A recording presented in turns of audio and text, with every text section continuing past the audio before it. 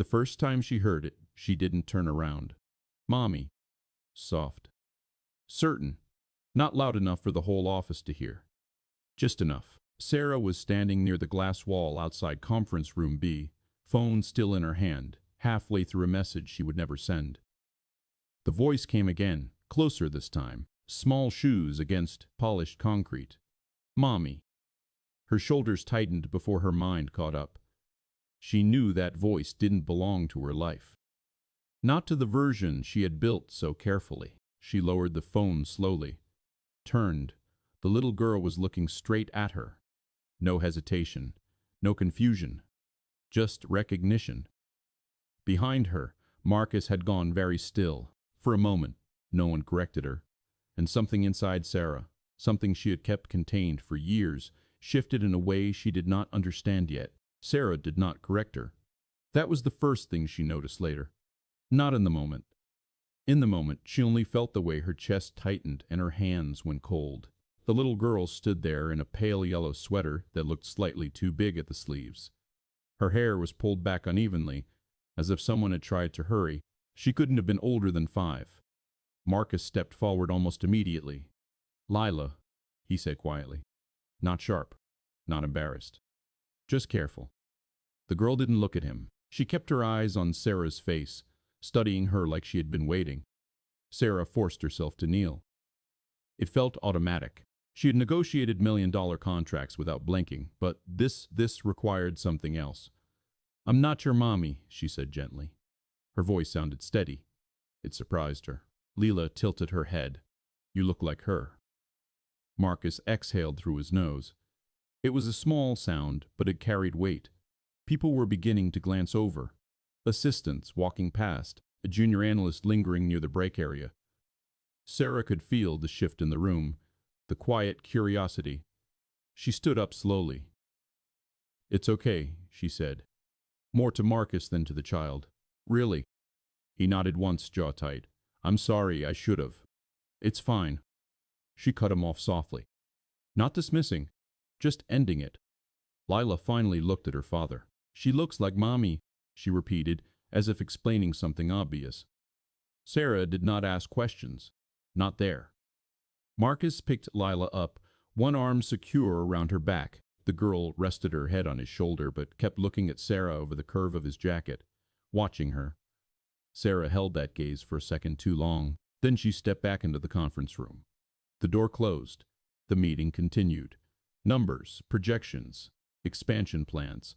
Her voice moved through the agenda like it always did, calm, precise, controlled. But she lost her place twice. No one commented. Later, when the floor had quieted and the sunlight had shifted into that late afternoon gray, she found Marcus in his office. She didn't knock.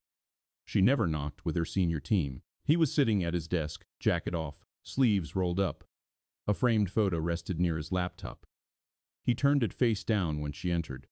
It was subtle, but she saw it. "I didn't mean to make it awkward," he said before she could speak. "You didn't." He nodded, but his eyes didn't fully agree. "She doesn't usually." He paused. Rethought the sentence. "It's been a while since she's done that." Sarah stayed standing. Done what? Confused someone for her mother. The word settled between them. Mother. She felt something behind her ribs tighten again. "How long has it been?" she asked. He understood the question. 3 years, he said. "Car accident. No extra details. No performance." She appreciated that. "I'm sorry," she said. It felt insufficient, but true. He gave a small shrug. Not careless, just tired. "She was 2, he added. "Lila. She doesn't remember much. Just shapes, I think. Colors. Familiar things." Sarah's gaze drifted without meaning to the photo he had turned down. "You can leave it up," she said quietly. He hesitated, then turned it back over. The woman in the photo had dark hair, softer features. But the structure of the face, the cheekbones, the eyes, there was resemblance. Not exact, but enough. Enough for a child. Sarah felt exposed in a way she wasn't used to. "She saw your picture on the company website once," Marcus said. Pointed at it. Ask if that was Mommy. Sarah blinked. I didn't tell you because I thought it would pass. She nodded slowly. And has it? She asked. He didn't answer right away. Not completely. Silence filled the room. Not uncomfortable. Just full. Sarah walked to the window, looked down at the street 5 floors below. Cars moving in careful lines. People crossing at the light. Order. She had built her life around order. This can't become confusing for her, she said finally. I know. She needs clarity. I know. But his voice carried something else. Not disagreement. Not quite. Something protective. Sarah turned back toward him. I don't want to hurt, she said. I don't either. They held each other's gaze for a moment. Not as CEO and employee, just 2 adults aware of a small, fragile person in the middle of something neither had planned. I'll make sure she understands, he said. Sarah nodded, but when she left his office, the image of Lila's face, so certain, so calm, followed her. That night, she stood in her apartment kitchen longer than necessary. The space was clean, quiet, minimal, exactly how she preferred it. She poured a glass of water and didn't drink it. She tried to picture being mistaken for someone else, for a mother. The word felt foreign when applied to herself. She had chosen her path deliberately. Long hours, travel, decisions that affected hundreds of employees. There had never been space for anything else. And she had been fine with that. More than fine. She leaned against the counter and closed her eyes for a moment. She remembered the way Lila's voice had sounded. Not hopeful, not desperate, just sure. You look like her. Sarah pressed her fingers lightly against her own cheek, tracing the outline of her face as if trying to see what the child had seen. It unsettled her that it mattered. It unsettled her more that part of her hadn't wanted to correct it quickly. She had felt something then. A pull. Brief. Quiet. She told herself it was empathy. Nothing more. Still, when she went to bed, she found herself wondering what Lila's mother had been like, what kind of laugh she had, whether she had also moved through rooms with control, or if she had been softer. Sarah turned onto her side. Sleep didn't come easily. The next morning she arrived early, earlier than usual. She told herself it was because of the quarterly review. Marcus's office light was already on.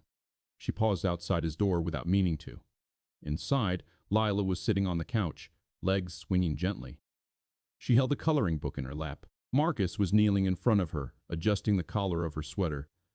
You remember, he was saying quietly, Miss Sarah isn't Mommy. Lila frowned slightly. Not upset, just thinking. She looks like her, she said again. I know. Is that bad? Marcus's shoulders shifted. No, it's not bad. Then why can't she be? The question hung there. Sarah stepped back before they saw her. Her heart was beating harder than it should have been. She walked to her own office and closed the door. For the first time in years, she felt unprepared for the day ahead, and she didn't know why that frightened her more than the child's mistake. She told herself to let it settle. By mid-morning, emails had stacked up the way they always did. Budget revisions, legal questions, a call from the board pushed forward by 30 minutes. The rhythm of it all usually steadied her. Decisions made, problems solved, people reassured. But she kept noticing the time. At 11, she walked past Marcus's office on purpose. The couch was empty. The coloring book gone. His door was half closed. She slowed anyway. Sarah? His voice carried from inside. She stepped in. He was at his desk, focused on a spreadsheet. No sign of the morning except a small pink hair tie left near his keyboard. She's at school? Sarah asked. Yes. He didn't look up immediately. When he did, his expression was measured. She didn't mean to put you in that position yesterday. I know. She talks about you at home. That caught her off guard. She kept her face neutral. In what way? Marcus leaned back slightly, considering how to answer. She says you're the boss of everyone. A faint smile moved across his mouth. She thinks that's impressive. Sarah exhaled softly. That's a generous interpretation. She asked if you get scared. The question landed strangely. And what did you tell her? That everyone gets scared, even people who look like they don't. Silence followed. Sarah folded her hands in front of her, a habit when she needed to think. You should bring her by less, she said finally. It might make the boundaries clearer. Marcus didn't react immediately. He nodded once. If that's what you want. It was what she should want. Yes, she said. The word felt heavier than it should have. He studied her for a moment, then returned his attention to the screen. The conversation, on the surface, was finished. Sarah turned to leave. Sarah, he said quietly, before she reached the door. She paused. I never told her you reminded me of her mother. She looked back at him. I don't see it the way she does. There was something careful in the way he said it. Not defensive. Not reassuring. Just honest. I didn't assume you did, she replied. And she hadn't. But she had wondered. The week stretched longer than usual. Without Lila's small presence in the office, the space felt sharper, more defined. The sound of keyboards, the low murmur of conversations, the distant hum of the elevator. Everything seemed clearer.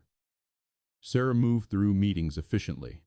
She made decisions quickly. She corrected mistakes without raising her voice. No one would have guessed anything had shifted. On Thursday afternoon, as she reviewed a proposal in the conference room, she caught her reflection in the glass wall. She stopped mid-sentence. For a brief second, she saw what Lila might have seen, the angle of her face. The dark line of her hair pulled back, the calm expression. She looked away almost immediately. Is something off with the numbers? Someone asked. No, she said, too quickly, then steadier. Continue.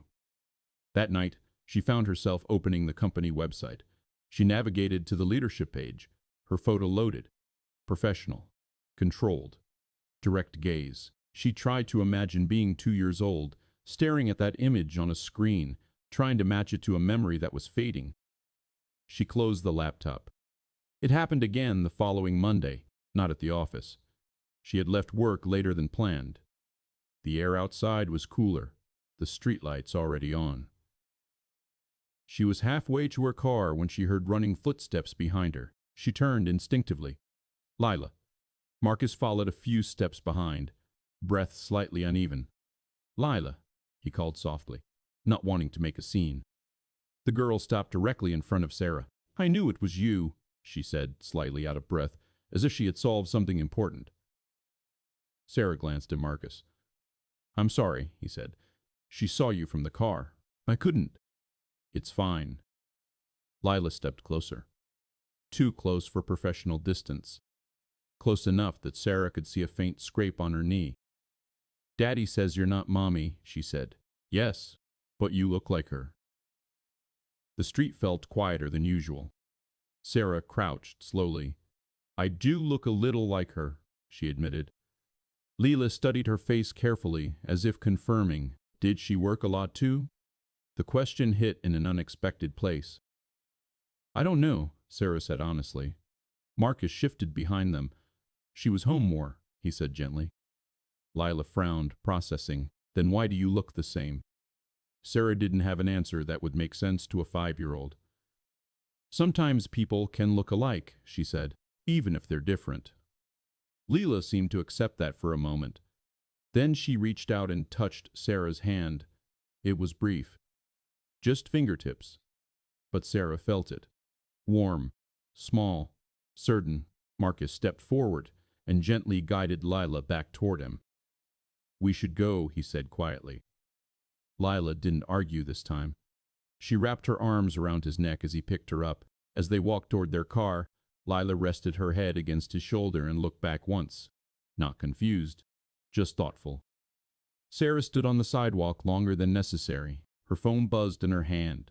Another email, another decision waiting, but she didn't look at it. Instead, she replayed the question. Did she work a lot too? The simplicity of it unsettled her more than any board meeting ever had. That night, her apartment felt different. Not lonely. It had never felt lonely before. Just quiet in a way she hadn't noticed. She moved through her routine dinner, a short call with an investor, a review of next quarter's goals. But there was a pause beneath everything, a subtle distraction. She found herself imagining a different version of the evening, a small pair of shoes near the door, a backpack left slightly unzipped, a voice asking questions she didn't have clean answers for. She sat down at her dining table and stared at the empty chair across from her. It was a simple chair, modern, intentional.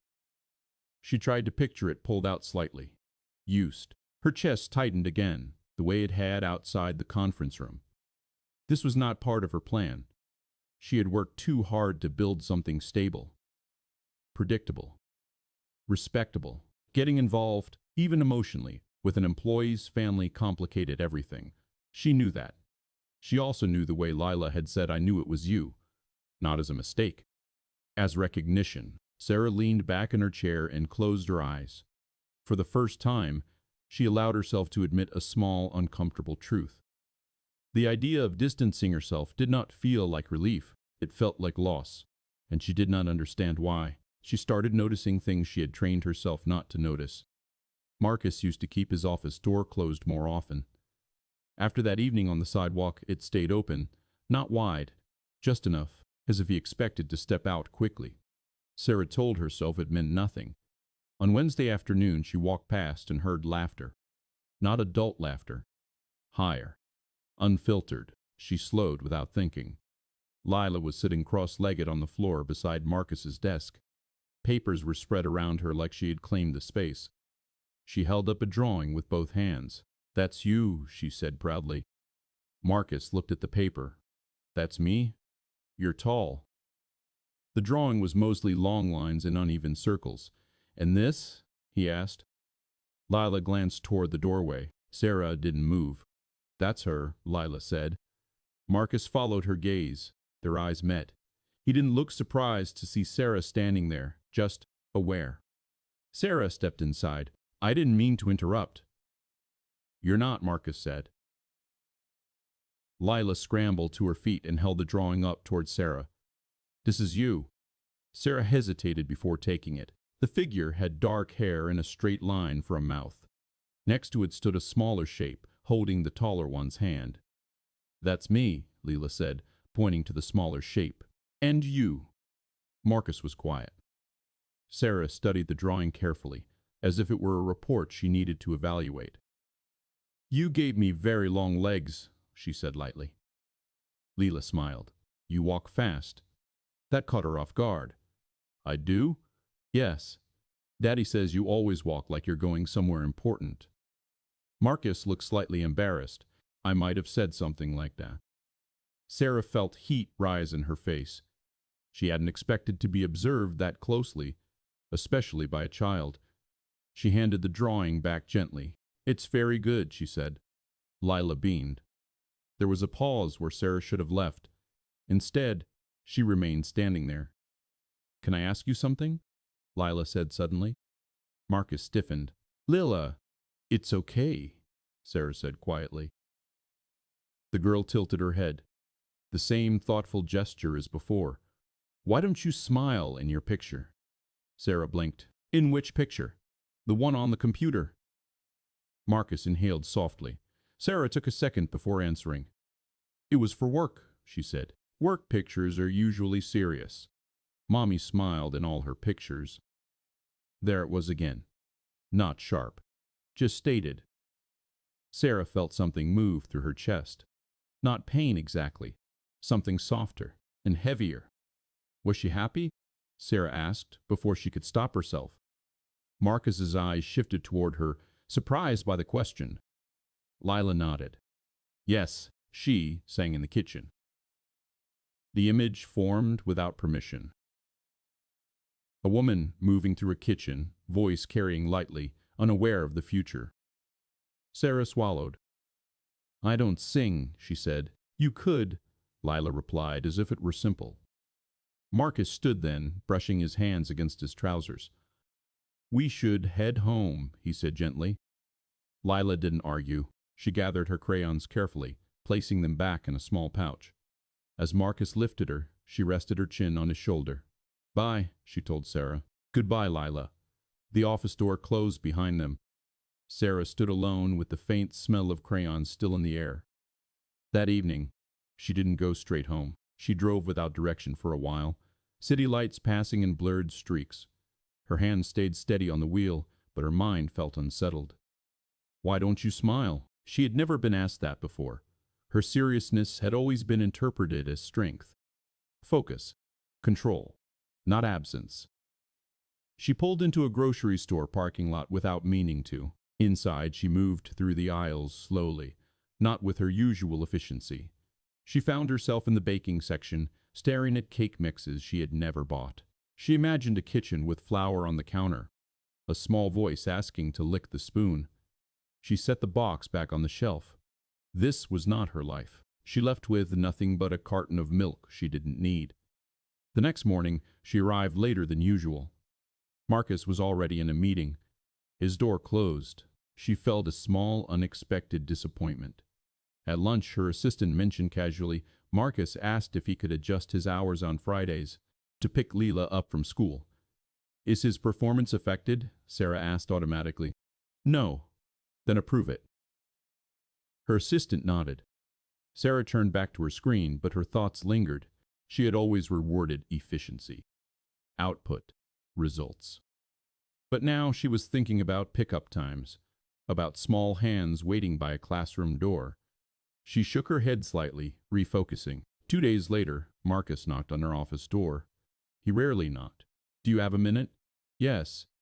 He stepped inside and closed the door carefully. I wanted to talk to you about something, he said. She gestured toward the chair across from her desk. He sat, posture straight.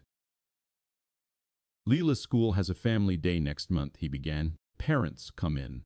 Spend a few hours. It's usually both parents. Sarah listened without interrupting. She asked if you could come. The words settled slowly. Me. Yes. She held his gaze, searching for any hint that this was a joke. It wasn't. I don't think that's appropriate, she said carefully. I told her that might be the answer. And she asked why. Sarah's jaw tightened slightly. What did you tell her? That you're busy. That's true. Yes. He paused, but that's not the whole truth. She felt the edge in that statement. And what is? She asked. Marcus leaned forward slightly, elbows resting on his knees.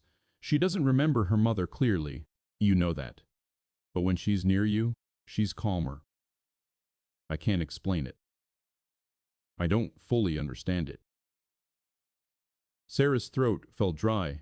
This could become confusing, she said. It already is. Silence pressed in around them. I'm not asking you to pretend, he continued quietly. I'm not asking you to replace anyone. He stopped, searching for words. I don't want to shut down something that seems to comfort her. Comfort. The word echoed. Sarah stood and walked to the window again, a familiar motion now. Below, people moved in steady patterns, predictable. I've worked very hard to keep my life uncomplicated, she said. I know. And this isn't. No. She turned back toward him. What about you? She asked. Does it comfort you? He didn't answer right away. Finally, he said, I don't know yet. That honesty unsettled her more than anything else. She studied him, the tension he carried in his shoulders, the quiet way he moved through the office, never asking for more than necessary. She had respected him long before this. That's dangerous, she said softly. Yes. Neither of them smiled. She returned to her desk and sat down slowly. When is the family day? She asked. 3 weeks. She nodded once. I'll think about it. He stood. Thank you. As he reached the door, she added, This doesn't change our professional boundaries. I understand. But as he left, she was no longer certain she did. She did not give him an answer right away. 3 weeks sounded like time. It wasn't. The days moved strangely after that conversation. Slower in some places, faster in others. She would find herself focused during a meeting, then lose a thread because she was thinking about a classroom she had never seen. Family day. The phrase felt too soft for her world. On Friday afternoon, Marcus stopped by her office before leaving early. "Just reminding you," he said.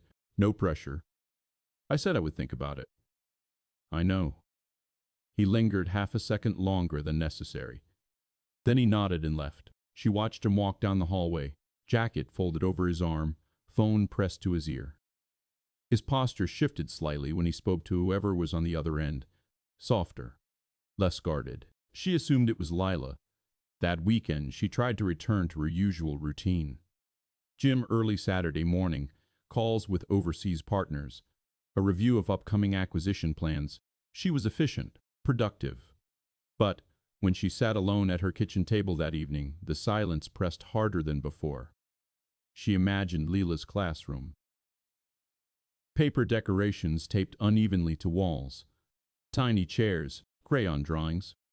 She imagined walking into that space. The thought made her uncomfortable. Not because of embarrassment, because of how much it mattered. She stood abruptly and walked to the window. City lights flickered below. She had once looked at those lights and felt satisfaction, control, achievement. Now she felt something else. A question. On Monday morning, she found herself standing outside Marcus's office again. She knocked this time. He looked up, surprised. "Do you have a minute?" she asked. "Of course." She stepped inside and closed the door. "I'll attend," she said. The words felt heavier out loud. Marcus didn't smile. He didn't show relief in any dramatic way. He just nodded slowly. "Thank you. This is not permanent," she added. "It's one event." "I understand." She hesitated. "You'll need to make it clear to her that I'm coming as someone who cares about her, not as her mother." "I will." She believed he meant it. The day arrived faster than expected. Sarah dressed more carefully than usual that morning. Not in a business suit, something softer. Still professional, but less severe. She stood in front of her mirror longer than she wanted to admit. She almost smiled. Then she stopped herself. She wasn't sure how.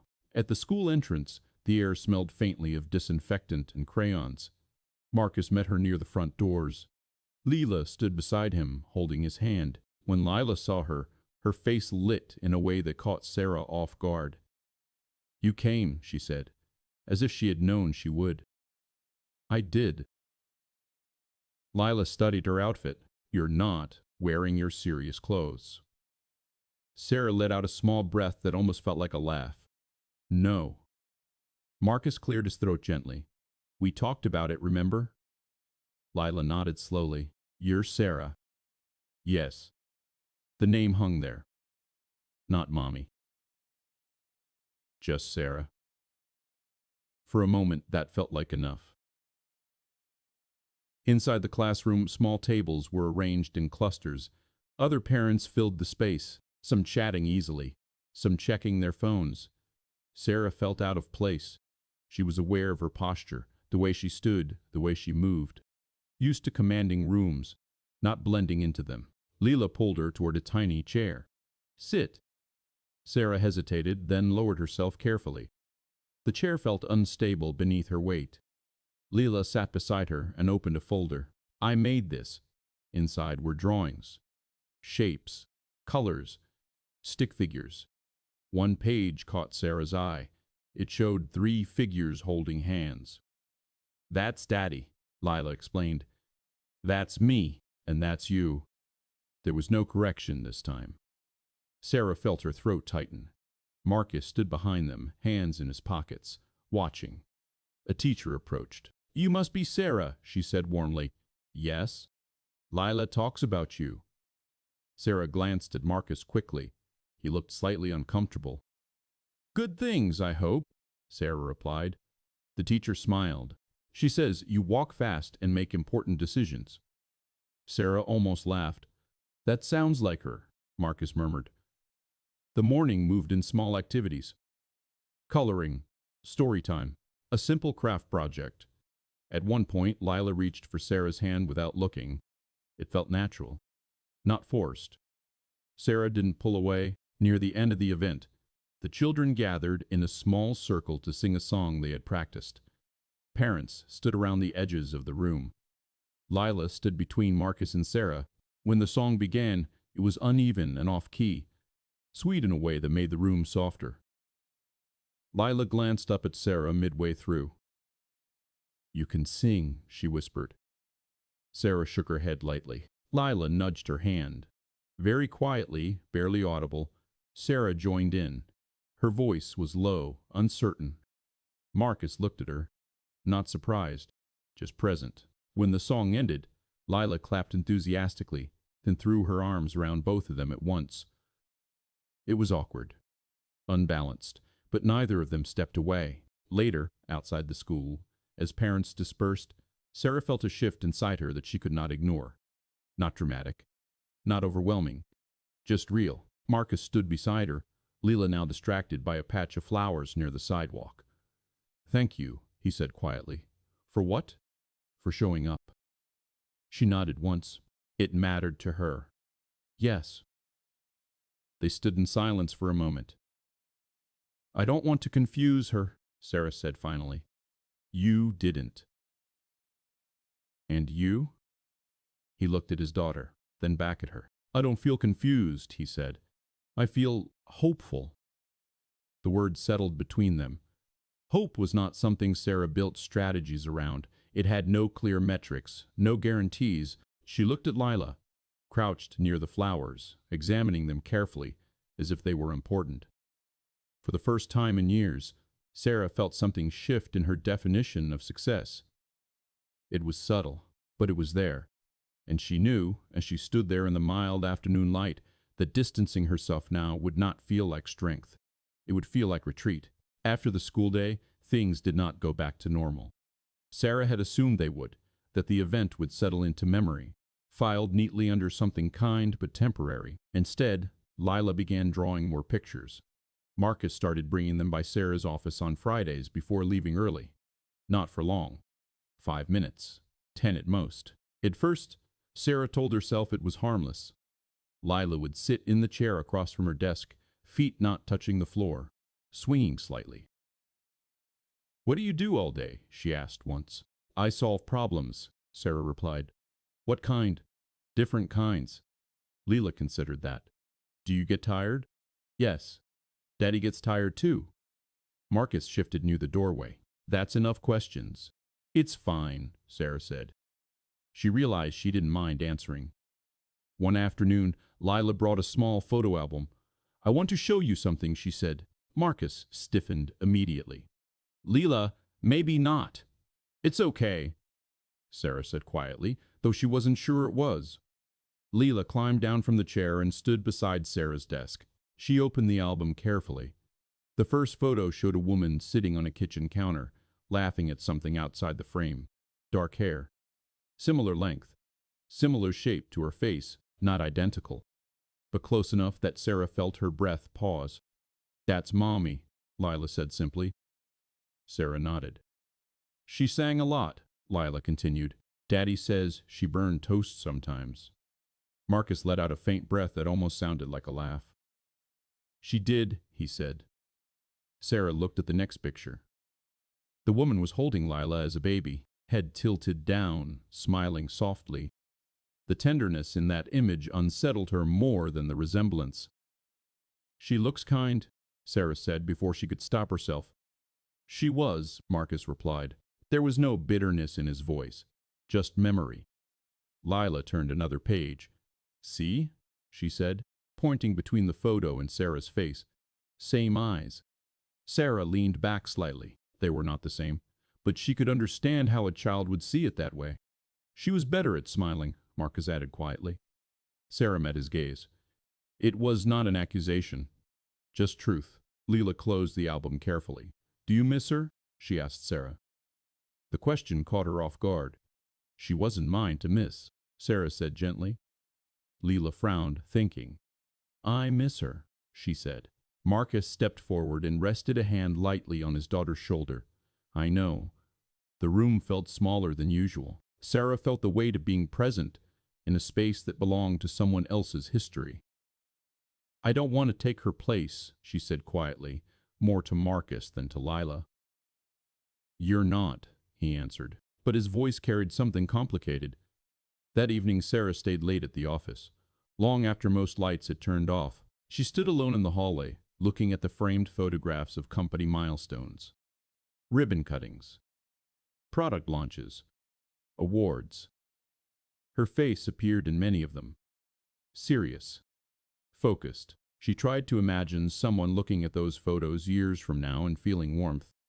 The thought felt distant.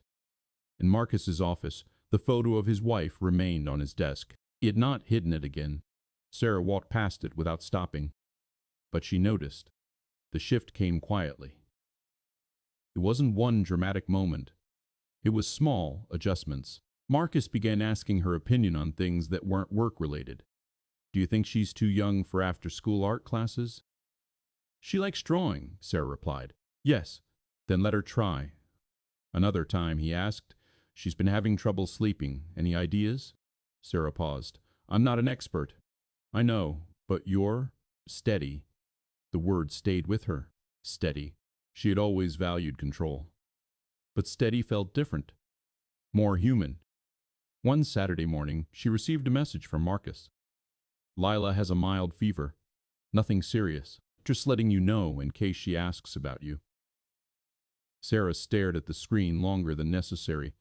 She typed back, Thank you. Tell her I hope she feels better. A few minutes later, another message arrived. She wants to FaceTime. Sarah hesitated. This crossed into territory she hadn't planned for. After a long pause, she accepted the call. Lila's face filled the screen. Pale. Wrapped in a blanket. You look tired, Sarah said softly. I am.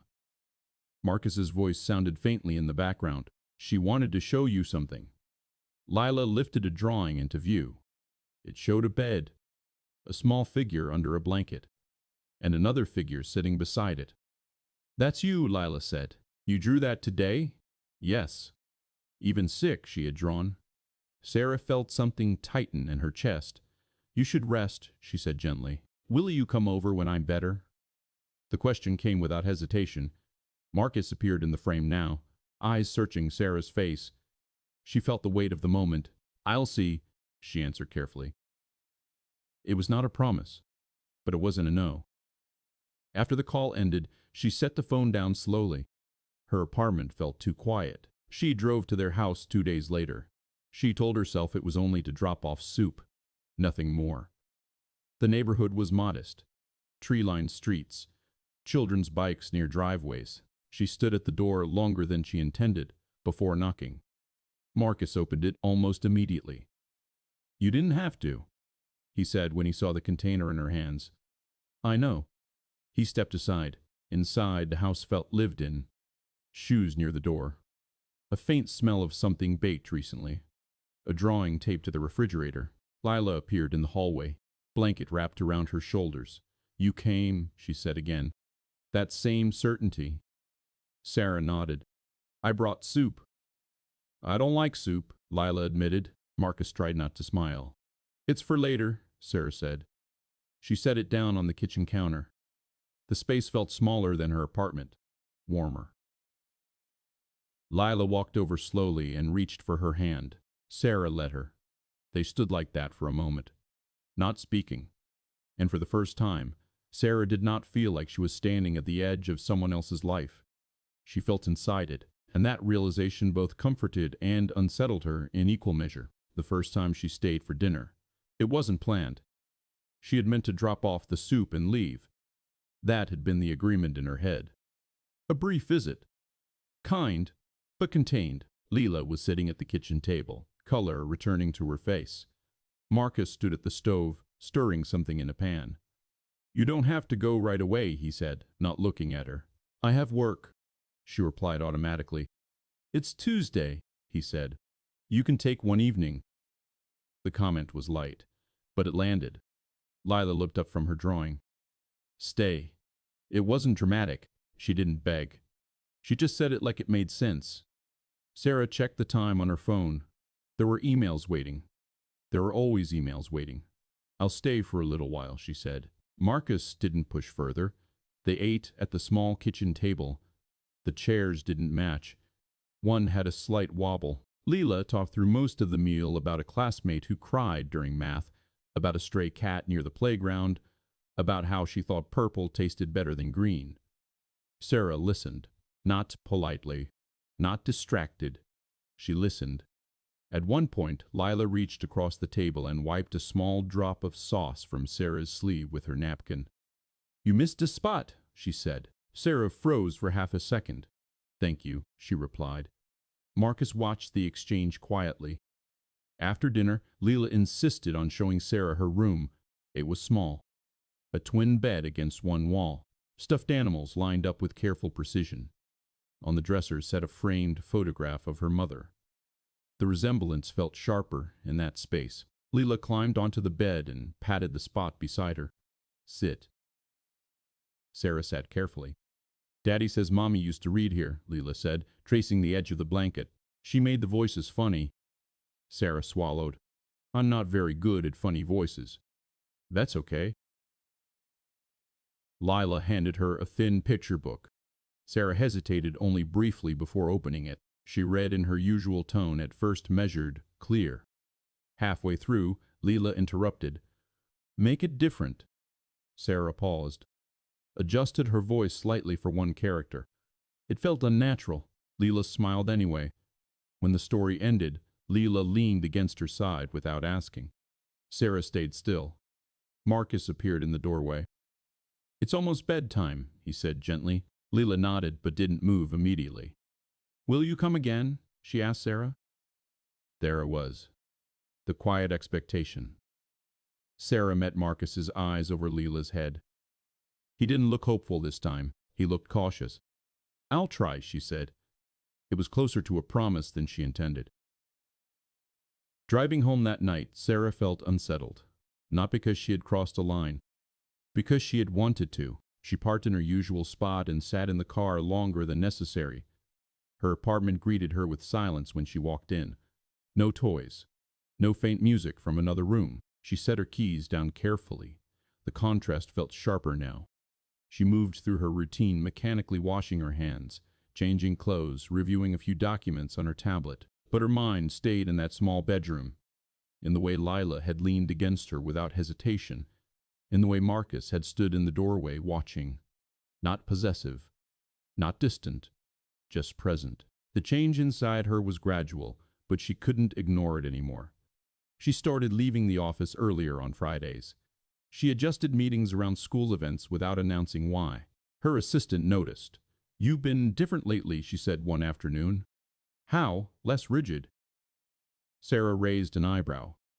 "I mean that in a good way," the assistant added quickly. Sarah didn't respond.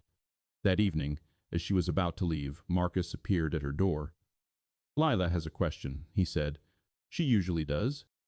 He almost smiled. "She wants to know if she can call you something else." Sarah felt her body go still. "Something else?" She says Sarah feels too formal. "And what does she suggest?" Marcus hesitated. "She asked if she could call you Mama S." The room felt very quiet. Sarah looked down at her desk. "That's not appropriate," she said, though her voice lacked force. "I thought you'd say that." "And what did you tell her?" "That we would ask you." She stood slowly and walked to the window again. The city below moved in its usual patterns. Predictable. Safe. "Mama implies something," she said quietly. "Yes. I'm not her mother." "No. And I don't want her thinking I am." "She doesn't," Marcus replied. "Not the way she did before. It's different now." Sarah turned back toward him. "How?" "She knows you're you. She just feels close." Close. The word carried weight. She crossed her arms, thinking, "This can't replace what she lost." "It's not replacing," he said softly. "It's adding." The simplicity of that answer unsettled her. She imagined Lila saying the new name, testing it. She imagined how it would feel to hear it. "I need time," she said. Marcus nodded. "We're not in a hurry." But something in both of them knew that change was already happening. That weekend, Leela called her accidentally. At least, that's what Marcus claimed later. The phone rang while Sarah was reviewing financial reports. She almost ignored it. Instead, she answered, "Mama S." The word came through the speaker before she could correct it. She closed her eyes briefly. "Yes," she said. There was a pause on the other end. "I just wanted to say goodnight." Her throat tightened. "Good night, Leela." After the call ended, Sarah set the phone down slowly. She didn't correct her. Not this time. And she knew that meant something had shifted in a way that could not be undone. The first time someone at work noticed, it was subtle. They were in the middle of a strategy meeting when Sarah's phone lit up on the table beside her. She never allowed that. Notifications were usually silenced. Calls screened. She glanced down. Marcus. She declined it without hesitation and continued speaking. 10 minutes later, it lit up again. This time, a message followed. "She's fine. Just asking if you're coming tonight." Her voice didn't falter, but she lost her place in the slide deck for half a second. "Continue," she said to the analyst presenting. Her assistant gave her a small, curious look. After the meeting ended, she stepped into her office and closed the door. She called Marcus back. "I thought she was fine," she said. "She is," he replied. "She just wanted to confirm you're still coming for dinner." Sarah leaned back in her chair. "I said I would." "I know." He paused. "She counts on that." The words pressed against her ribs. "I don't want her structuring her expectations around me," Sarah said. "She already does." There was no accusation in his tone, just fact. Sarah stared at the wall across from her desk. "I have a board call tonight. You can come after." She exhaled slowly. "This is becoming regular." "Yes, and that's complicated." "Yes." Silence filled the line. "Do you want it to stop?" Marcus asked finally. The question felt heavier than anything he had asked before. She didn't answer right away. "No," she said. It came out quieter than she expected. Dinner that night was simple. Pasta, garlic bread, slightly too crisp at the edges. Leela had set an extra place at the table before Sarah arrived. She noticed the detail immediately. "You did this?" she asked. Leela nodded. "You always sit there." Sarah felt something warm move through her chest. Not dramatic, just steady. During the meal, Lila talked about an upcoming school performance. A small play. She had one line.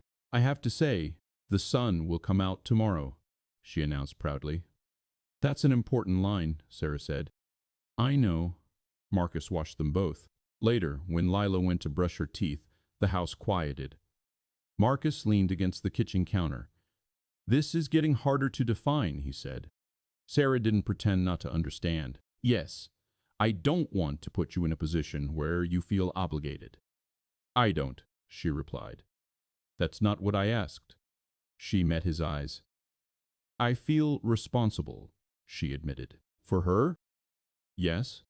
"And for me?" The question landed between them. She hesitated. "Yes." The air shifted.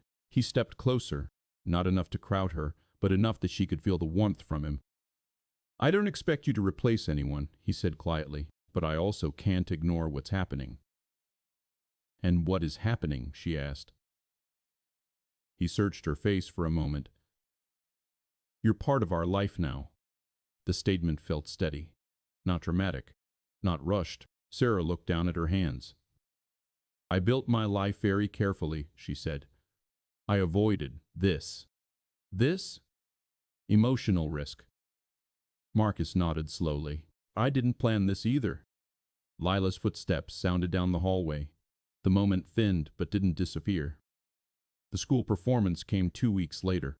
Sarah rearranged 2 meetings to attend. She didn't announce it. She simply did it. The auditorium was crowded, folding chairs arranged in uneven rows, parents adjusting phone cameras. Sarah sat beside Marcus. Their arms brushed lightly once. Neither moved away. On stage, Lila stood in a line of children wearing paper sun cutouts. When her turn came, she stepped forward confidently. "The sun will come out tomorrow," she said, voice clear. Her eyes scanned the audience. They landed on Sarah, and she smiled. Not a wide grin, a small, knowing smile. Sarah felt her own face respond before she could think about it. After the performance, Leela ran toward them. "Did you hear me?" she asked. "Yes," Sarah said. "You were steady." Leela nodded proudly. On the drive home, Lila fell asleep in the back seat. Marcus parked in the driveway but didn't turn off the engine immediately. "She looks for you first now," he said quietly. Sarah watched Lila through the rearview mirror. "I don't want to hurt her," she said. "You're not." "What if this doesn't last?" Marcus's hands tightened slightly on the steering wheel. "Then we handle it," he replied. "That's not simple." "No," he agreed. They sat in silence. Then Marcus turned off the engine. As he carried Lila inside, Sarah followed. It felt natural. That realization unsettled her more than anything else. The conversation happened late one evening, after Leela had fallen asleep. They were sitting on opposite ends of the couch. No television, no distractions. "I need to say something," Marcus began. She nodded. "I don't just feel grateful to you," he said. "It's more than that." Her pulse quickened slightly. "Be careful," she said quietly. "I am." He leaned forward, elbows on his knees. "I care about you." The words were simple, unpolished. She felt them settle deeply. "This affects her," she said. "I know. And my position at work. I know. And if it fails, it won't be because we didn't think about it." She studied him carefully. "You're asking me to change my life," she said. "I'm asking you to consider it." The difference mattered. She looked toward the hallway where Lila slept. For years, Sarah had measured success in numbers. Growth charts, revenue, expansion. Now she was measuring it in smaller things. A set place at a dinner table. A child's steady voice on a stage. The word mamas whispered into a phone at night. "I need time," she said again. Marcus nodded. "I'm not going anywhere." For the first time in her adult life, Sarah wasn't sure she wanted him to. Time did not slow down for her decision. The board approved the expansion plan 2 weeks later. It meant longer hours, travel, a temporary relocation to oversee the new branch. It was everything she had worked toward. She read the email twice. Then she closed her laptop and drove to Marcus's house. Leela was in the living room building something uneven out of blocks. She looked up when Sarah entered. "You're late," she said. "I know." Marcus appeared from the kitchen, drying his hands. "You look serious," he observed. "I am." Lila studied her face carefully, then returned to her blocks. "I've been asked to oversee the new branch," Sarah said quietly. Marcus nodded slowly. "That's good." "Yes." He waited. "It's 6 months," she added. "Maybe longer." The air in the room shifted. "Where?" he asked. "Chicago." Lila looked up again. "Is that far?" "Yes," Sarah answered. "Are you coming back?" The question landed directly. "Yes," she said. "Of course." But the word felt thinner than usual. Marcus walked toward the window, hands in his pockets. "That's a big opportunity," he said. "It is, and you want it." She hesitated. "I've worked for it." "That's not what I asked." Silence pressed in. "Yes," she admitted, "I do." Lila abandoned her blocks and walked over. "Can we visit?" she asked. Sarah crouched down. "It won't be like here," she said carefully. "I'll be busy." "You're always busy," Willa replied matter-of-factly. Marcus exhaled softly. 6 months is a long time, he said. "It's not permanent." "No," he agreed, "but things change." Sarah felt irritation rise unexpectedly. "This is what I do," she said. "This is my responsibility. I'm not questioning that. It sounds like you are." He held her gaze. "I'm questioning where we fit into it." The words were quiet, not angry. That made them heavier. That night, after Lila was asleep, they sat at the kitchen table. No food between them. Just space. "I can't give up my career," Sarah said. "I'm not asking you to, but if I go, we adjust. It won't be the same." Marcus nodded. No. She stared at her hands. I spent years building something stable, she said. I don't know how to divide myself. Maybe you don't divide, he replied. Maybe you expand. She almost smiled at the choice of word. You make it sound simple. It's not. He leaned back in his chair. I don't want Lila to feel abandoned again, he said.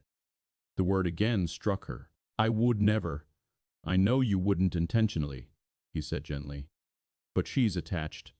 So am I, Sarah said before she could stop herself. The confession hung between them. Marcus's expression softened. Then don't disappear, he said. The days leading up to her departure felt uneven. At work, she was sharp, focused, strategic. At home with them, she felt split.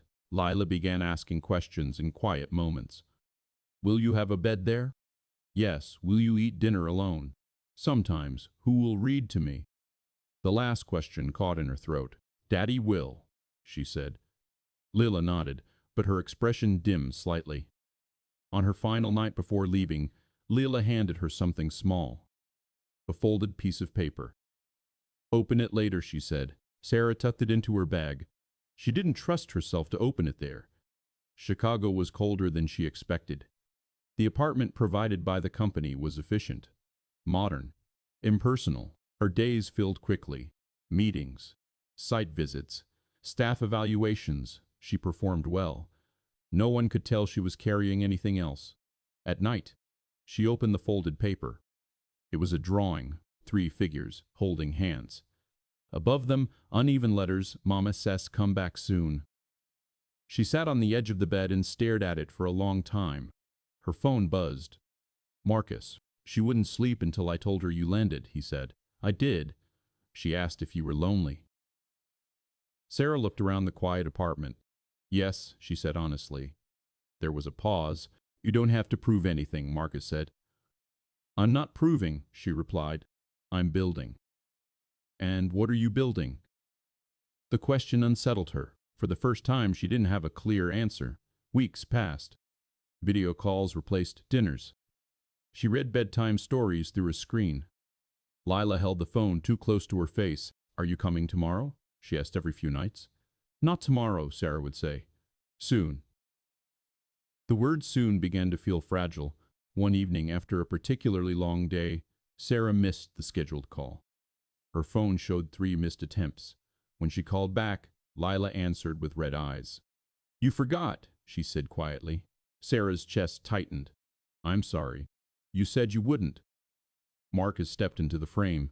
She waited. Guilt pressed hard. I'll do better, Sarah said. After the call ended, she sat in the dark apartment without turning on the lights. She had chased this opportunity for years. Now it felt different. Incomplete. 2 months into the assignment, she flew back for a weekend without telling them.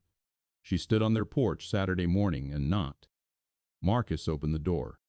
For a second, he just stared at her. You're early, he said. I wanted to see her. Lila appeared behind him. For half a heartbeat, she froze, then she ran, not carefully, not composed. She collided into Sarah with full force. You came, she said into her coat. Sarah held her tightly. Yes, she said into Lila's hair. I came. Marcus watched them quietly. Something inside Sarah settled in that moment. Not a decision, not yet, but a clarity. Achievement had always felt solid, tangible. This felt different, less measurable, but deeper. And as she stood there, holding the small person who had once mistaken her for someone else, she understood that what frightened her most was not losing control. It was losing this. She ended the assignment early, not abruptly, not recklessly. She finished what she had started, stabilized the new branch, put the right people in place, submitted her final projections with the same precision she always had. Then she asked the board to reconsider the structure. I can oversee remotely, she said, with scheduled travel. There were questions. There were raised eyebrows.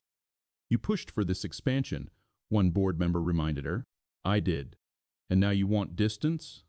I want sustainability, she replied evenly. They studied her. They were used to her being relentless. She didn't explain further. When the vote passed narrowly, she felt something loosen inside her. Not triumph, relief. She drove straight from the airport to Marcus's house. No announcement this time. Leela was in the yard, crouched over something in the grass. When she saw Sarah step out of the car, she didn't run immediately. She stood slowly. "You're back?" she said. "Yes." "For how long?" Sarah walked toward her. "For good." The words felt steady. Lila searched her face carefully, as if testing the truth of it. "You're not going back tomorrow?" "No." Lila nodded once. Then she ran. Marcus came out onto the porch. He didn't smile widely. He didn't look shocked. He just looked at her like he had been waiting. "Are you sure?" he asked quietly when she reached the steps. "Yes." "This isn't temporary?" "No." He stepped closer. "You didn't have to." "I know." She held his gaze. "I wanted to." That was the difference. The shift from being present to belonging happened in small ways. She kept a toothbrush in the upstairs bathroom. A drawer in Lila's room held a spare sweater of hers. She stopped checking her watch during dinner. One evening, Lila looked up from her plate. "Are you staying forever?" Sarah paused. "I plan to," she said. Lila nodded, satisfied. Marcus watched the exchange silently. Later that night, after Lila was asleep, they sat on the back steps. The air was cool. "You changed your life," Marcus said. "So did you." He glanced at her. "How?" "You let me in." He absorbed that. "I was afraid," she admitted. "Of what?" "Losing control." "And now," she considered. "I still like control," she said, honestly. "But I don't need it the same way." He reached for her hand. It wasn't dramatic, just steady. The proposal was quiet. No restaurant. No audience. Just the three of them in the living room on a Sunday afternoon. Leela was building another uneven tower of blocks. Marcus turned to Sarah. "We've already built most of it," he said. She knew what he meant. Still, her heart quickened. "I don't want to rush you," he continued, "but I don't want to pretend this is casual either." "It isn't," she said. He reached into his pocket. The ring was simple, not extravagant. "I don't need a grand gesture," she said softly. "Good," he replied, "because this isn't one." Leela looked up. "What's happening?" Marcus smiled slightly. "I'm asking Sarah to stay with us forever." Leela considered that. She already said she would. Sarah felt a small laugh escape her. "That's true," she said. Marcus looked at her. "Will you marry me?" She didn't answer immediately. Not because she doubted him, because she was aware of the weight, of the shift from careful independence to shared responsibility. She thought of the boardroom, of the quiet apartment in Chicago, of a small voice asking if she would come back. "Yes," she said. It felt grounded, certain. Lila clapped. "Does that mean I get to keep you?" Sarah looked at her. "Yes," she said. "It does." The wedding was small. Family. A few close colleagues. No press. No announcements. At work, she remained CEO. At home, she became something else. Not a replacement. Not a shadow. Just herself. Lila continued calling her Mama S. Sometimes just Mama. The first time it slipped without correction. Sarah felt it settle deep. Not as pressure, as belonging. Months later, she stood in the kitchen early one morning. Lila sat at the table, eating cereal slowly. Marcus was searching for his keys. "You'll be late," Sarah said. "I know." She poured coffee and caught her reflection in the microwave door. There was something softer there now. Not weaker, just different. Leela looked up. "Are you coming to my art show today?" "Yes." "You promise?" "I promise." She meant it. Marcus found his keys and leaned over to kiss her lightly.